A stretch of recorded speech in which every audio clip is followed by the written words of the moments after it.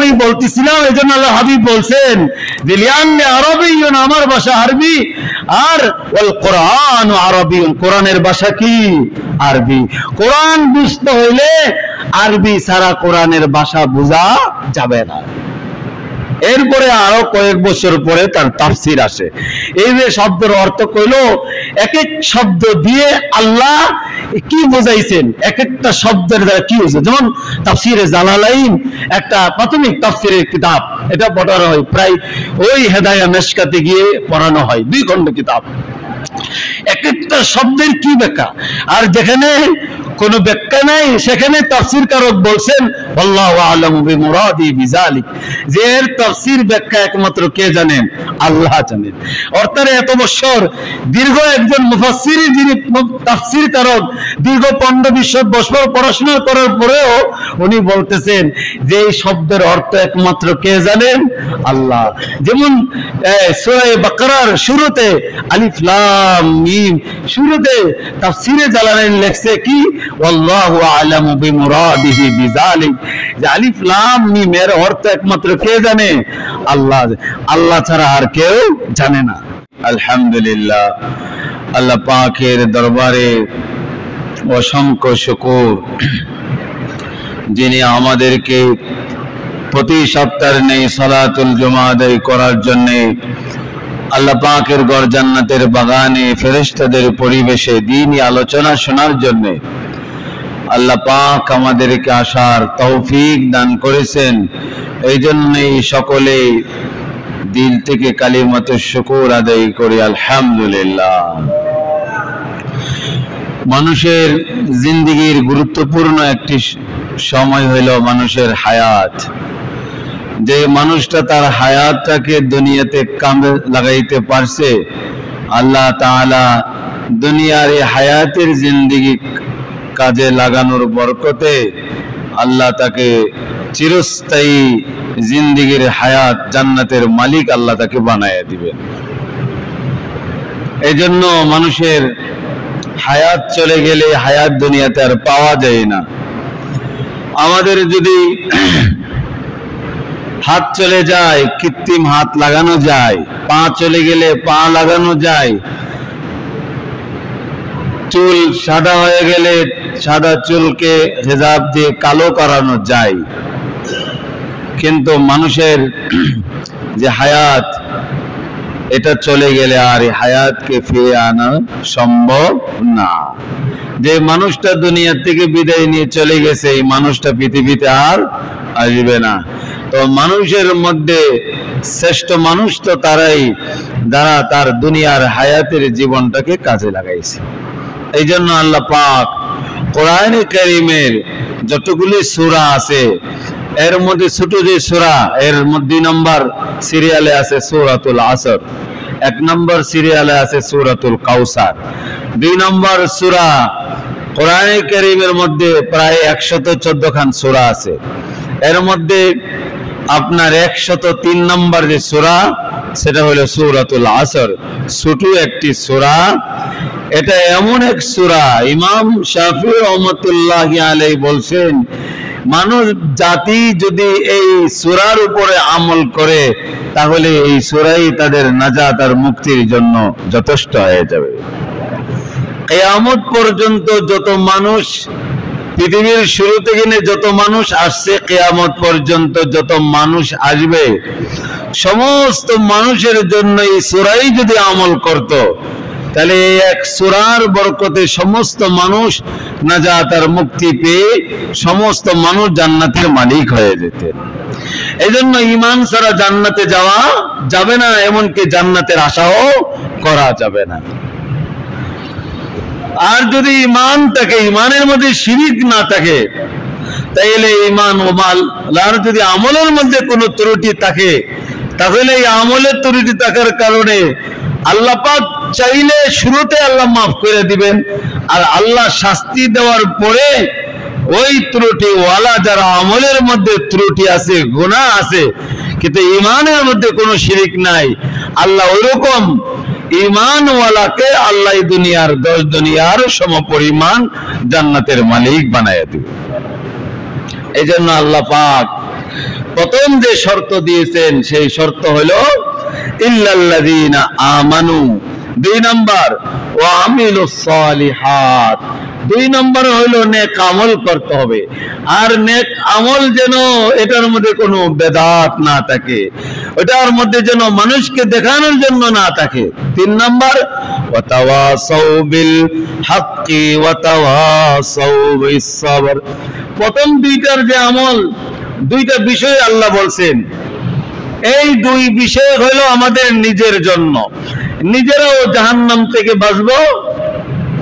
এই 2 বিষয় পূর্ণাঙ্গ যার মধ্যে থাকবে, 1 নম্বর পরিপূর্ণ ঈমান, 2 নম্বর হইল তার আমল, আমলে সালেহ, নেক আমল। পরিপূর্ণ ঈমান, পরিপূর্ণ নেক আমল যার থাকবে, সে নিজে জাহান্নামের আযাব থেকে বাঁচবে। তাইলে প্রথম 2টা আমল নিজের জন্য, পরের যে 2 আমল আল্লাহ পাক বলছেন ওয়া তাওয়াসাউ বিল হাক্কি ওয়া তাওয়াসাউ বিস সবর, লাস্টের 2টা আমল হইল আমি নিজে যেরকম জাহান্নাম থেকে বাঁচবো, আমার পরিবার পরিজন আহলকেও জাহান্নাম থেকে বাঁচাইতে হবে। ওয়া তাওয়াসাউ বিল হাক্কি ওয়া তাওয়াসাউ বিস সবর, নিজে যেরকম ভাবে ঈমানের উপরে আমালের উপরে আছি, এরকম আমার প্রতিবেশী, আমার ভাই, আমার বন্ধু, আমার সমাজের লোক, এরাও যাতে এরকম দিনদার হয়ে যায়, নামাজি হয়ে যায়। আমি যেরকম সালেহ নেক আমল করি, আমাকে এরকম মুসলিহ হইতে হবে, অন্যকেও সংশোধন আমার করতে হবে। আমাকে আল্লাহ আমার জন্য পাঠাই নাই, আমি যেরকম জাহান্নামের আযাব থেকে বাঁচবো, আমার পরিবারকে, আমার সমাজকেও জাহান্নামের আগুন থেকে বাঁচাইতে হবে। এই জন্য হাদিসে পাকে রাসূল করিম সাল্লাল্লাহু আলাইহি সাল্লাম বলছেন, মান রাআ মিনকুম মুনকারান ফালিয়ুগাইয়িরহু বিয়াদি ফাইন লাম ইস্তাতি ফাবিলিসানি ওয়া ইন লাম ইস্তাতি ফাবিকলবি ওয়া যালিকা যাফুল ঈমান। এই জন্য সমাজে কোনো অন্যায়, কোনো হইতে যদি তোমরা দেখো, তাহলে তোমাদের দায়িত্ব হইল, তোমাদের যদি শক্তি থাকে তাহলে এটা হাতের দ্বারা বাধা দিবা। আর যদি হাতে বাধা দেওয়ার শক্তি না থাকে, তো জবানের দ্বারা এই না হকের প্রতিবাদ করবা। এরপরও এটাও যদি বলার শক্তি না থাকে, অন্তত অন্তর চেয়ে এটা ঘৃণা করতে হবে। এই জন্য নিজে যেরকম নেক আমল, নিজে অনেকে আমরা নিজে অনেক পরেজগার, আল্লাহওয়ালা, নামাজি, তাহাজ্জুদ, ইবাদত বুঝা, কিন্তু আমার নিজের পরিবারের জন্য আমি কোনো চিন্তা নাই, ফিকির নাই। এই জন্য আল্লাহ কোরআনে কারীমের অন্য আয়াতে আল্লাহ বলছেন, ইয়া আইয়ুহাল্লাযীনা আমানু কু আনফুসাকুম ওয়া আহলিকুম নারা, হে ঈমানদাররা, তোমরা নিজেরাও জাহান্নামের আগুন থেকে বাঁচো, তোমার পরিবারদেরকে জাহান্নামের আগুন থেকে বাঁচাও। তা আমরা নিজেরা যেরকম ভাবে আগুন থেকে বাঁচতে হবে, পরিবার পরিজন থেকে বাঁচাইতে হবে। হযরত ওমর ফারুক এই আয়াত নাযিল হওয়ার পরে রাসূল করিম সাল্লাল্লাহু আলাইহি ওয়াসাল্লামকে জিজ্ঞাসা করলে, ইয়া রাসূলুল্লাহ, আমরা নিজেরা জাহান্নাম থেকে বাঁচবো এটা তো আমরা বুঝলাম, কিন্তু পরিবারদের কেমনে বাঁচাইবো সেটা তো আমরা বুঝলাম না। ওমর রাদিয়াল্লাহু, ইয়া রাসূলুল্লাহ, নিজেরা গুনাহ থেকে বাঁচলে তো নিজেদেরকে জাহান্নাম থেকে বাঁচাইলাম, কিন্তু পরিবারকে কিভাবে বাঁচাইবো? আল্লাহর হাবিব সাল্লাল্লাহু আলাইহি ওয়াসাল্লাম বলেন, তোমাদেরকে আল্লাহ পাক যে আদেশ করেছেন এগুলি করো, এবং যেগুলি নিষেধ করেছেন এগুলি বর্জন করো। তোমাদের ব্যাপারে যে আদেশ আসছে তোমরা এগুলি করো, তোমরাও তোমার পরিবারদেরকে এই আদেশগুলি করবা। তোমাদেরকে যে নিষেধ করা হয়েছে এগুলিও তোমরা নিজেরাও এ থেকে বেঁচে থাকবা, পরিবারদেরকেও বাঁচাইবা। এই জন্য আমি নিজেই নামাজি হলে হবে না, আমার পরিবারদেরকেও নামাজি বানাইতে হবে। এই জন্য এই আয়াতে মাসালাই ফুকাই কেরাম লিখছেন, নিজের সন্তানদেরকে, নিজের পরিবার, তাফসীরে রুহুল মানিতে আসছে, ওই সমস্ত পরিবারের কর্তাদেরকে কঠিন আযাব হাসরের ময়দানে আল্লাহ পাক দিবেন যারা নিজেরাই নেক আমল করত, নিজের পরিবারের, নিজের ছেলে মেয়ে, নিজের প্রতিবেশী, নিজের আপনজনদেরকে এই ব্যাপারে কোনো রকমের কোনো আদেশ দিতেন না। এজন্য হাদিস শরীফে আসছে রাসূল করিম সাল্লাল্লাহু আলাইহি ওয়াসাল্লাম ইরশাদ করেন, আল্লাহ পাক এক এলাকায় জিবরাইল আলাইহিস সালামকে পাঠাইলেন, যাও ওই বস্তির ওই এলাকার সমস্ত মানুষগুলিকে আসমানে উঠে একেবারে জমিনে ছেড়ে দিয়ে পুরা জমিনবাসীকে ধ্বংস করে দাও। সমস্ত জমিনবাসী আমার নাফরমানের মধ্যে তারা লিপ্ত আছে। হযরত জিবরাইল আলাইহিস সালাম পৃথিবীর আগমন করছেন, জমিনবাসীর পাপাচারের মধ্যে লিপ্ত। উনি দেখেন এক জায়গায় একটি লোক খুব আল্লাহর ইবাদত বন্দেগীর মধ্যে খুব লিপ্ত। কাছে গেলেন, গিয়ে দেখেন যে এই লোকটা এত বড় আবেদ, এত ইবাদত যে তার বাম পাশের ফেরেশতাই পর্যন্ত কলম ওঠাই নাই যে গুনাহ লিখবে। তার আমল নামে নেক আর নেক, কোনো গুনাহ নাই। প্রতিটা মুহূর্তে সে নেক আমল নিয়েই ব্যস্ত।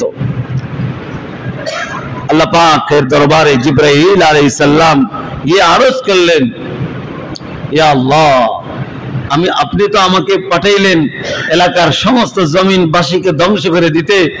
আমি তো গিয়ে দেখলাম ওই এলাকার একটা আবেদ একজন ব্যক্তি এমন ভাবে ইবাদত, তার একটা সেকেন্ডও কোনো গুনাহের কাজে লিপ্ত নাই। প্রতিটা সেকেন্ডে আপনার শুকর আদায় করতেছে, আপনার ইবাদত বন্দেগী করতেছে। আল্লাহ পাক বলেন, ইকলিব মদিনাতি কাজা ওয়া কাজা। আল্লাহ পাক বলেন জিবরাইলকে, যাও তুমি গিয়ে ওই আবেদকে সহ পুরা জাতিকে তুমি ধ্বংস করে দাও। জিবরাইল আলাইহিস সালাম বলেন, আল্লাহ বিষয়টা তো বুঝলাম না, কোরআনের নাফরমানি করলো, কিন্তু সে তো কোনো নাফরমানি করে নাই, সে তো সবসময় ইবাদত বন্দেগীর মধ্যে লিপ্ত। আল্লাহ পাক বলেন, শোনো, পুরা জাতি গুমরা হয়ে যাচ্ছে, পথভ্রষ্ট হয়ে যাচ্ছে, তার ভিতরে কোনো অনুশোচনা নাই, অনুতপ্ত নাই, তার চেহারার মধ্যে কোনো পরিবর্তন নাই, এই জাতিদেরকে নিয়ে তার কোনো ফিকর নাই। যাক, জাতি গেলে যাক, পুরা জাতি জাহান্নামে গেল, আমি তো বাঁচলাম।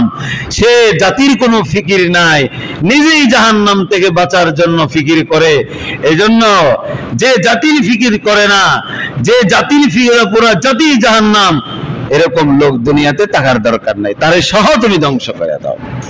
এই জন্য নিজে আবেদ হইলে হবে না, নিজে আল্লাহর ওলি মনে মনে আল্লাহর ওলি, আমার ঘরের, আমার পাড়া প্রতিবেশী, আমি দোকানের মালিক, আমার কর্মচারীরা নামাজ পড়ে না, আমি কোনোদিন তাকে নামাজের আদেশও দেই নাই।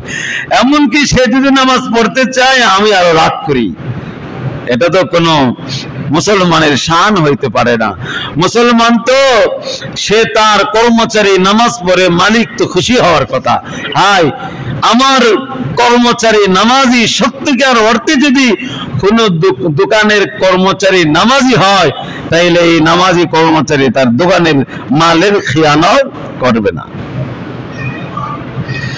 এজন্য বলতেছিলাম, ইয়া আইয়ুহাল্লাযীনা আমানু কু আনফুসাকুম ওয়া আলাইকুম নারা, নিজেরাও জাহান্নাম থেকে বাঁচতে হবে, নিজের পরিবার পরিজনকেও জাহান্নাম থেকে বাঁচাইতে হবে।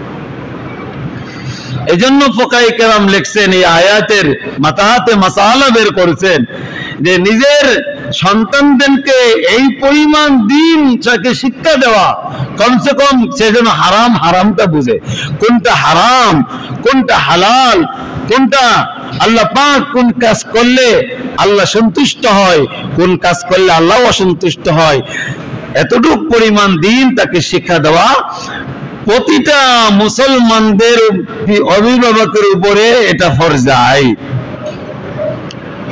আমার সন্তানটা কমসে কম কোরআন যেন সহিভাবে বিশুদ্ধভাবে পড়তে পারে।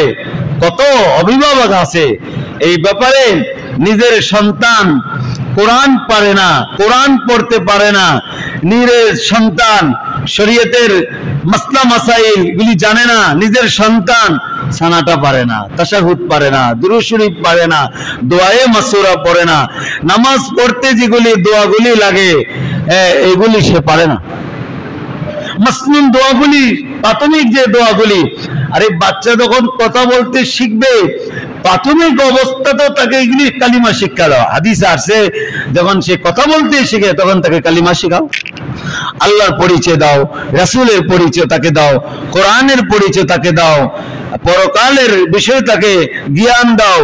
এগুলি তো মক্তবে গেলে এগুলি আগে শিখায়। আমানতু বিল্লাহ ওয়া মালাইকাতি ওয়া কুতুবিহি ওয়া রুসুলিহি ওয়াল ইয়াউমিল আখিরি ওয়াল কদরি খাইরিহি ওয়া শাররিহি মিনাল্লাহি তাআলা ওয়াল বাসি বাদাল মাউত। প্রাথমিক যে জ্ঞানটা আল্লাহর পরিচয় দেওয়া। আমানতু বিল্লাহ, তুমি বলো যে আমি আল্লাহর প্রতি ঈমান আনি, ওয়া মালাইকাতি সমস্ত ফেরেশতার প্রতি ঈমান, ওয়া কুতুবিহি আসমান থেকে যে যতগুলি কিতাব নাযিল এগুলি সত্য, এর উপর ঈমান আল্লাহ, ওয়া রাসূলিহি আল্লাহ যত নবী রাসূল দুনিয়াতে প্রেরণ করেছেন সকলেই সত্য পয়গাম নিয়ে পৃথিবীতে আসছেন, এগুলির উপরে বিশ্বাস করা।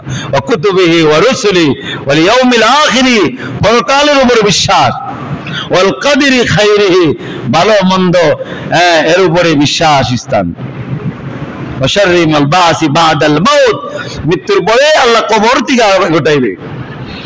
এই জন্য বাচ্চাদের ছোটবেলা থেকেই তার যদি ঈমানের পরিচয় হয়, ছোট বাচ্চারাই যদি তার হৃদয়ের মধ্যে কোরআন অঙ্কন হয়ে যায়, ছোট বাচ্চাটা শুরু অবস্থায় কোরআনের মহব্বত, আজমত, দরদ, মহব্বত যদি তার দিলের মধ্যে থাকে, ছোট অবস্থায় যদি তার নবীর সুন্নতের উপর তার আমল থাকে, তাহলে এই বাচ্চাটা দুনিয়ার যে কোনো জায়গার যে কোনো শিক্ষা প্রতিষ্ঠানে যাক, প্রাথমিক তার জ্ঞান যদি কোরআনের জ্ঞান যদি সে থাকে, দুনিয়ার যত বড় সেই বিশ্ববিদ্যালয়ই পড়ুক না কেন, যে কোনো জায়গায় যাক, যে ইউনিভার্সিটিতে সে পড়ুক, তার হৃদয়ের মধ্যে কোরআনের আজমত আর মহব্বত থাকার কারণে সেই সন্তানটা কোনোদিন বেঈমান হবে না, নাস্তিক হবে না, কারণ তার হৃদয়ের মধ্যে কি আছে? কোরআন আছে। এই জন্য আমাদের অন্যান্য আমরা তো আমাদের সন্তান ইঞ্জিনিয়ার হোক, ডক্টর হোক, এটা গর্ব করি, এটা গর্বের বিষয়, কিন্তু আমাদের তো এর চেয়ে বেশি গর্ব করা উচিত ছিল যে আমার ছেলে কোরআন বিশুদ্ধভাবে পড়তে পারে। অন্যান্য ইসলামী দেশগুলিতে আগে সন্তানদেরকে কোরআনের হাফেজ বানাই, দেখবেন ছেলে ইঞ্জিনিয়ার কিন্তু সে আগে কোরআন হাফেজ, কোরআনের হাফেজ সে ইঞ্জিনিয়ার, কোরআনের হাফেজ সে ডাক্তার, বিজ্ঞানিক, দার্শনিক, বিভিন্ন রকমের সে ডিগ্রি অর্জন করছে, কিন্তু প্রথম যে সে ডিগ্রি অর্জন করছে সেই ডিগ্রিটা হলো কোরআন তার সিনার মধ্যে জায়গা দিয়েছে। চন্দে খানি হিকমতে ইউনানিয়া হিকমতে ঈমানিয়া রাহম বখা। ডক্টর ইকবাল মরহুম বলছেন, চন্দে খানি হিকমতে ইউনানিয়া হিকমতে ঈমানিয়া রাহম বখা। আমি তো জাগতিক যত জ্ঞান বিজ্ঞান সবগুলি আমি গবেষণা করছি, রিসার্চ করছি, কোথাও আমি শান্তি খুঁজে পাইলাম না। যখন কোরআন নিয়ে আমি গবেষণা শুরু করলাম তখন আমি আমার আসল শান্তির ঠিকানা আমি খুঁজে পাইলাম। চন্দে খানি হিকমতে ঈমানিয়া হিকমতে ঈমানিয়া রাহম বখা।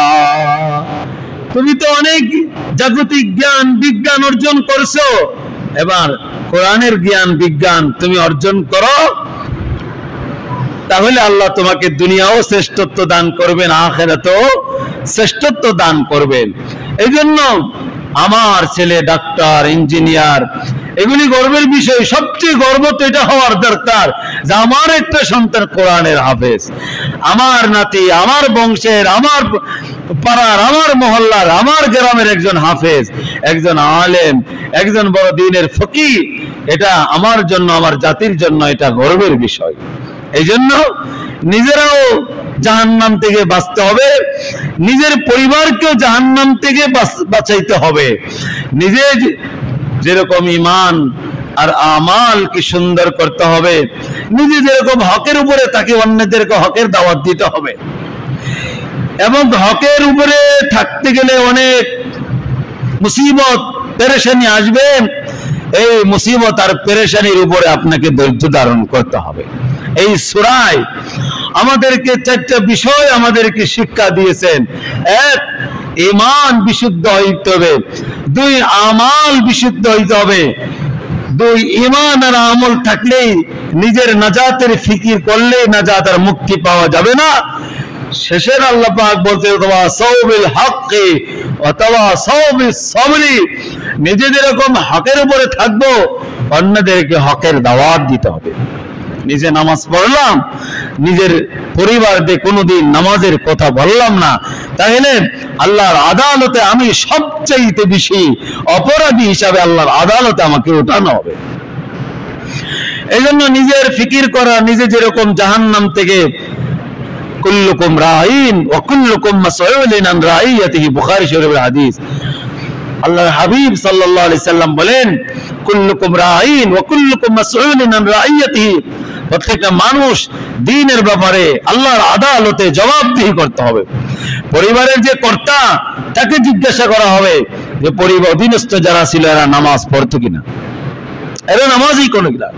নিজের খুব ফিকির, অনেক মানুষ খুব ফিকির করে, আলহামদুলিল্লাহ ভালো, নিজে নামাজ, প্রথম কাতারে নামাজ, তাহাজ্জুদ, মিসনাই, তাসবিহ, তাহলিল, নিজের জন্য সংশোধনের যেরকম ফিকির আর বেচাইন, বেফিকির, অস্থিরতা, পেরেশানি, হাই আমি যদি আমলগুলি না করি তাহলে আখিরাতে আমি ধরা পড়ে যাব। অনুরূপ ভাবে নিজের পরিবারের জন্য এরকম ফিকির করা, হাই নিজে যেরকম বাঁচবো এদের আমার পরিবার থেকে তো ওরকম বাঁচাইতে হবে, ওরকম জাহান্নাম থেকে বাঁচাইতে হবে।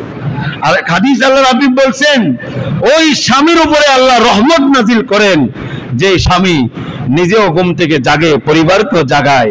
কি করে জাগানোর জন্য? তার পরিবারের চোখের মধ্যে, মুখের মধ্যে এরকম কি করে পানি ছিটা দেয়, পানি ছিটা দিয়ে তাকে ঘুম থেকে জাগায়।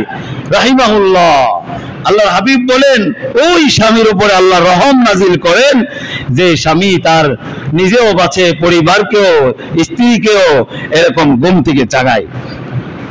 তা আমরা নিজেরা যেরকম ফিকির করতে হবে, আমার পরিবারে ফিকির করতে হবে। আমার স্ত্রী পর্দা করে কিনা, যদি বেপর্দা হয়, পর্দা যদি না করে, শরীয়ত যদি না মানে, তাইলে আমার স্ত্রীর ব্যাপারে আমাকে জবাবদিহি করা হবে। আমার মেয়েরা শরীয়তের উপর আছে কিনা, তারা পর্দা মেনে চলে কিনা, তারা কোরআন বিশুদ্ধভাবে পারে কিনা, যারা জরুরি মাসাইল গুলি পারে কিনা, না পারলে এই ব্যাপারে আমাকে আল্লাহর আদালতে জবাবদিহি করতে হবে। এই জন্য যেভাবে হোক, যেই পদ্ধতিতে হোক, আপনি মাদ্রাসা দেন আর না দেন এটা আপনার বিষয়, এটা তো একটা প্রাতিষ্ঠানিক পড়াশোনা, কিন্তু মাদ্রাসায় দিয়ে গিয়ে আপনার ছেলেকে কোরআন শিখাইতে হবে এটাও আমরা বলি না। আপনি যেই অবস্থায় থাকেন ওখান থেকে আপনি যেভাবে হোক আপনার সন্তানগুলিকে কোরআন বিশুদ্ধভাবে আপনি শিখান। আপনি স্কুলে পড়ান, ভার্সিটি পড়ান, কোনো আপত্তি নাই, এটা আমরা আপত্তি করিও না যে সব ছাত্র সবাই হাফেজ হবে, সবাই আলেম হবে, দেশে ইঞ্জিনিয়ারও দরকার, ডাক্তারও দরকার, সবই দরকার আছে, কিন্তু সবচাইতে বেশি দরকার হইল একেবারে শিশু অবস্থায়, কোমল অবস্থায় তার হৃদয়ে যেন কোরআনের শিক্ষা থেকে সে বঞ্চিত না হয়। এটা প্রতিটা অভিভাবক এটা চিন্তা করতে, এটা জিম্মাদারি, এটা ফরজে আইন। এই ব্যাপারে যদি আপনি কোনো উদাসীনতায় গাফলত থাকেন, আপনার সন্তানকে আপনি শিখান নাই, হাজারো শিখার ব্যবস্থা আছে। সন্তানকে বিদেশে পাঠাইবেন ভাষা শেখার জন্য, কত কোর্স করান, বিভিন্ন দেশে যাবে, চাইনিজ ভাষা, কোরিয়ান ভাষা, এগুলি কোর্স করান, শিক্ষক রাখেন, এদের সাথে চুক্তি করেন যে এতদিনের ভিতরে আমার সন্তানকে ভাষা, চাইনিজ ভাষা, কোরিয়ানি ভাষা, ইটালিয়ান ভাষা শিখাইবেন, তাকে চুক্তি করেন এত টাকার বিনিময়। তো কোরআনের ব্যাপারে এত উদাসীন কেন? আমরা কোরআনকে, যেটা জান্নাতি ভাষা, কোরআনের ভাষা, আল্লাহর ভাষা, প্রত্যেকটা মানুষ দুনিয়ার যত ভাষা আছে সব ভাষাবিদ হাসরের ময়দানে যারা জান্নাতি হবে এরা এদের সব ভাষায় কথা বলবে না সব আরবি ভাষায় কথা বলবে? আরবি ভাষায়। এজন্য এক হাদিস আল্লাহর হাবিব বলছেন যে আমি 3 কারণে আরবদেরকে ভালোবাসি। উহিব্বুল আরাবা লিসালাসাতিন, লিআন্নী আরাবিয়্যুন ওয়াল কুরআনু আরাবিয়্যুন ওয়া কালামু আহলিল জান্নাতি আরাবিয়্যুন। 3 কারণে আমি আরবদেরকে ভালোবাসি। এক হইল যে এক তো আমার ভাষাই আরবি ভাষা, উহিব্বুল আরাবা লিসালাসা লিআন্নী আরাবিয়্যুন, এক তো আমার ভাষা আরবি ভাষা, ওয়াল কুরআনু আরাবিয়্যুন, আর কোরআনের ভাষা কি? কোরআন বুঝতে চাইলে আরবি ভাষা ছাড়া বুঝতে পারবে?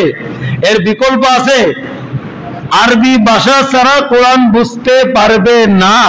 এই জন্য শুধু কোরআনের তর্জমা বোঝার জন্য, তাফসির না, শুধু কোরবানির তর্জমা, কোরআনের তর্জমা বোঝার জন্য, অর্থ বোঝার জন্য এই ছেলেটা এই মিজান থেকে, মূল তো মিজানের আগের থেকে একটা তাইসির, সেখানে একটা কিতাব পড়া তাইসিরুল মুক্তাদি, সেখানে সরফের কিতাব পড়া, এরপরে আপনার মিজান তো আছে, এটাও সরফের কিতাব, সেখানে আরো কিতাব আছে, এরপরে নাহমির, হেদায়েতুন কাফিয়া, সরজামি, প্রায় 6টা বছর তাকে শুধু গ্রামারই পড়তে হয়।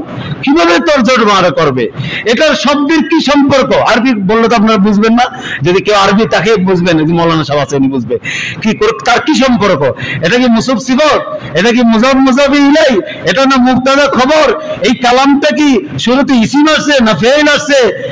এই বিষয়গুলি শুধু বোঝার জন্য, এই শব্দের আগে এক শব্দের আরেক শব্দের সাথে কি সম্পর্ক, কোনটার বাংলা অর্থ আগে উঠবে, কোনটার পরে উঠবে, এগুলি শুধু আলী গ্রামার পড়ার জন্য দীর্ঘ 6 বছর পড়াশোনা করে তারপরে তার সামনে কোরআনের তর্জমা দেওয়া হয়।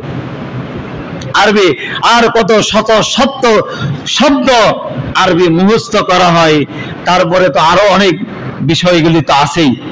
তো বলতেছিলাম এরপরে তার আরবি বোঝা, আরবি বোঝা কি অত সহজ? অর্থ বোঝা এটা আমাদের বাংলা অর্থ কোন অনুবাদে করলে আমরা বাংলাতে বুঝলাম যে পুরো আয়াতের সারমর্ম এটা ভালো, কিন্তু কোন শব্দের কি অর্থ এটা কি আমরা বুঝি? এই জন্য শুধু এটাকে বোঝার জন্য 6 বছর খালি এই যে গ্রামারের সবগুলি কিতাব, গ্রামারের কোনটা এই শব্দের থেকে আরেক শব্দের রূপান্তর কি হইল, ওটা হইলে কি অর্থ, ওটা কোনটা অতীতের অর্থ, কোনটা বর্তমানের অর্থ, কোনটা ভবিষ্যতের অর্থ, কোনটা কর্তের অর্থ, কোন কাজটা কিভাবে, এইগুলি বোঝার জন্য গ্রামার পড়তে হয়। এজন্য আমি বলতেছিলাম, এজন্য আল্লাহ হাবিব বলছেন যে লিআন্নী আরাবিয়্যুন, আমার ভাষা আরবি, আর ওয়াল কুরআনু আরাবিয়্যুন, কোরআনের ভাষা কি? আরবি। কোরআন বুঝতে হইলে আরবি ছাড়া কোরআনের ভাষা বোঝা যাবে না। এরপরে আরো কয়েক বছর পরে তার তাফসির আসে। এই যে শব্দের অর্থ কইল, এক এক শব্দ দিয়ে আল্লাহ কি বোঝাইছেন, এক একটা শব্দের দ্বারা কি হয়েছে। যেমন তাফসিরে জালালাইন একটা প্রাথমিক তাফসিরের কিতাব, এটা পড়ানো হয় প্রায় ওই হেদায়া মেশকাতে গিয়ে পড়ানো হয়, 2 খণ্ড কিতাব। এক একটা শব্দের কি ব্যাখ্যা, আর যেখানে কোনো ব্যাখ্যা নাই সেখানে তাফসীর কারক বলছেন আল্লাহু আ'লামু বিমুরাদি বিযালিক, যে এর তাফসীর ব্যাখ্যা একমাত্র কে জানেন? আল্লাহ জানেন। অর্থাৎ এত বছর দীর্ঘ একজন মুফাসসির, যিনি তাফসীর কারক, দীর্ঘ 15-20 বছর পড়াশোনা করার পরেও উনি বলতেছেন যে এই শব্দের অর্থ একমাত্র কে জানেন? আল্লাহ। যেমন সূরা বাকারার শুরুতে আলিফ লাম মিম, শুরুতে তাফসীরে জালালাইন লেখছে কি? আল্লাহু আ'লামু বিমুরাদিহি বিযালিক, যে আলিফ লাম মিম এর অর্থ একমাত্র কে জানে? আল্লাহ। আল্লাহ ছাড়া আর কেউ জানে না। তাহলে বলতেছিলাম আল্লাহর হাবিব কি বলছেন যে আমার ভাষায় কি ভাষা? আরবি ভাষা। কোরআনের ভাষা কি? ওয়া কালামু আহলিল জান্নাতি, এবং জান্নাতবাসীদের ভাষা হবে আরবি ভাষা। এইজন্য কোরআন বুঝতে হলে আরবি ভাষা ছাড়া কোরআন বোঝা সম্ভব না। তো এই জন্য আমরা আমাদের সন্তানদেরকে কোরআন বিশুদ্ধভাবে যাতে শিক্ষা দেয়। আমরা বিশুদ্ধভাবে শিক্ষা দিতে রাজি না কেন? বিশুদ্ধ ভালো যিনি কোরআন পড়ায় ওনাকে রাখলে তো মাসে 2000-3000 টাকা দিতে হবে। একজন ইংরেজি শিক্ষক বাসায় এসে সপ্তাহে সর্বোচ্চ আমার মনে 4 দিন পড়ায়, এর বেশি পড়াই না। ভালো শিক্ষক যে ইংরেজি সপ্তাহে 4 দিন বা 5 দিনই পড়ান, কিন্তু ওনার বেতন কত? ইংরেজি শিক্ষকের বেতন 5000 টাকার নিচে হয় না, কমসে কম। বাসায় আসে বললে ভালো, স্কুল কলেজে ইনস্টিটিউটে 10,000 টাকা, এরকম আরো বেশি দেয় এক এক এলাকা অনুযায়ী। কমসে কম তাদেরকে 5,000 টাকা দেওয়া হয়।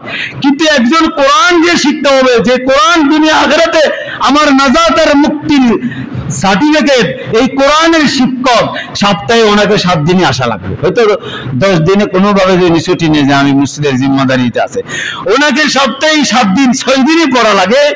আর ওনার বেতন হইল 500 টাকার থেকে নেই 1000-1500, এর বেশি আসতে চাই না। আমার কাছে তো অনেকে আসে, আমি তো আর পড়াই না, আমার কাছে আসে যে হুজুর একজন হুজুর দেন পড়াইবেন, কত দিবেন আপনি? পড়াইবেন আপনার বাসায় একজন যাবে কত? 2000-এর উপরে আর রাজি করাই। আমি বলছি না, 3000 আপনার বাসায় যাবে একজন আলেম সম্মান, আপনি কোরআন পড়াইবে, এত কম টাকা দিবেন কেন? কোনা হুজুর এত টাকা কি দেওয়া যায়?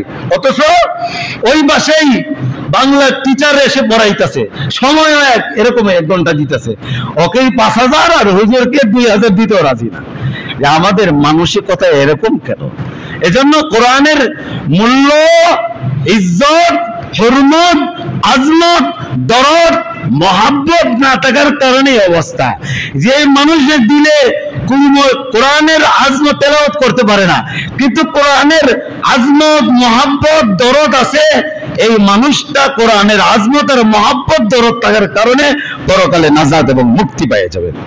তেলাওয়াত করে না, কিন্তু হাফেজে কোরআনদেরকে মহাব্বত করে, যে তার সিনার মধ্যে 30 পারা কোরআন, দেখলে তাকে সম্মান করে, তাকে ইজ্জত করে। এই ব্যক্তির কারণে, এই নামে তো বহুত লোক আছে, তার সিনার মধ্যে কোরআন আছে, কোরআনের এলেম আছে, এই জন্য তাকে ইজ্জত আর সম্মান করে। এই ইজ্জত আর সম্মান নাই, পরকালে আপনা আমার নাজাত আর মুক্তির কারণ হবে। এই জন্য বলতেছিলাম, ইয়া আইয়ুহাল্লাযীনা আমানু কু আনফুসাকুম আলাইকুম নারা। আল্লাহ কোরআনে বলছেন, হে ঈমানদাররা, তোমরা নিজেরাও জাহান্নাম থেকে বাঁচাও, নিজের পরিবারদেরকে বাঁচাও। এই জন্য নিজেরাও কোরআন সহিভাবে না জানলে শিখবো, বিশুদ্ধভাবে শিখার হাজারো রাস্তা আছে। আমি শিখবো, আমার সবার সামনে যদি কোরআন শিখতে আমার লজ্জা থেকে, আল্লাহ তো আমাকে অনেক টাকা পয়সার মালিক, আমি ব্যক্তিগতভাবে আমার ধরে নিয়ে কোরআনের শিক্ষক রেখে আমি কোরআন শিখবো। ওরিতে একজন ছিলেন, ভাইয়ের নামটা আমি ভুলে গেছি, ওরির বাড়ি, উনি হজে গেছেন। তো হজে গিয়ে দেখেন সবাই কোরআন শরীফ পড়ে, তো উনি কোরআন শরীফ পড়তে পারেন না। তাবলিগি ভাই সময় লাগাইছেন, হুসাইন ভাই সম্ভবত আমার দেশি বাড়ি, তো সময় লাগাইছেন। তো উনি দিয়ে গেলে হজের সফরে ওনার জবান থেকে আমি শুনছি, বলতেছে সবাই কোরআন শরীফ পড়ে, আমি তো লজ্জায় পড়ে গেলাম। হাই, দেখবেন হজের সময় জায়গায় জায়গায় মসজিদের এরকম ফিলারে গোল করে কোরআন শরীফ রাখার, বিভিন্ন তাক জায়গায় জায়গায় কোরআন শরীফ, যে যখন সময় পাইতেছে 1 মিনিট কোরআন শরীফ তেলাওয়াত করতেছে। প্রচুর কোরআনের আমল আরবদের, এই জন্য আল্লাহ তাদেরকে সম্পদও বেশি দিয়েছেন, কোরআনের আমল তাদের বেশি। এই জন্যই হুসাইন ভাই হজে গেছেন, হজ থেকে আসে অনেক টাকার মালিক, অনেক সম্পত্তির মালিক। উনি দেশে আসার পরে উনি একজন হুজুর বাসায় রাখছেন, বেতনভুক্ত, আপনি আমার বাসায় থাকবেন, খাবার দাবার সব আমার, আমি আপনি জায়গায় পড়াইলে প্রতিষ্ঠানে যা বেতন আমি দিব, সব রেখে কায়দা থেকে আমপারা কোরআন শরীফ পড়ে একেবারে বিশুদ্ধভাবে উনি কোরআন তেলাওয়াত করতে পারতেন। উনি বয়ান করছেন, তাবলিগে সময় লাগাইছেন, প্রায় সময় উনি কোরআনের আয়াত বলতেন, তেলাওয়াত খুব সহি শুদ্ধ। তিনি এই যে ফিকির, এরপরে আবার গেলেন হজ করতে। এখন দিনের যে একটা অশান্তি নিয়েছিলেন, হাই কোরআন পড়তে পারে, এবার হজে গিয়ে খুব মন ভরে কোরআন তেলাওয়াত করলেন। কিছুদিন আগে মনে হয় বছরখানেক বা 6 মাস আগে এই ভাই দুনিয়ার থেকে ইন্তেকাল করছে। আল্লাহ তাকে জান্নাত নসিব করুন। এজন্য আমরা প্রত্যেকেই আমাদের প্রত্যেকের স্থান থেকে নিজেরা কোরআনকে সহিভাবে বিশুদ্ধভাবে পড়ার চেষ্টা করব, নিজের সন্তানও যেন কোরআন বিশুদ্ধভাবে পড়তে পারে, এই ফিকির চেষ্টা আমরা যতদিন জীবিত থাকবো করতেই থাকবো। আল্লাহ আমাদের নিজেদের ঈমান এবং আমালকে সুন্দর করে দেন, আমাদের পরিবারদের ঈমান এবং আমালকে আল্লাহ বিশুদ্ধ করে দেন। সকলে বলে আমিন। ওয়া আখিরু আলহামদুলিল্লাহি রাব্বিল আলামিন।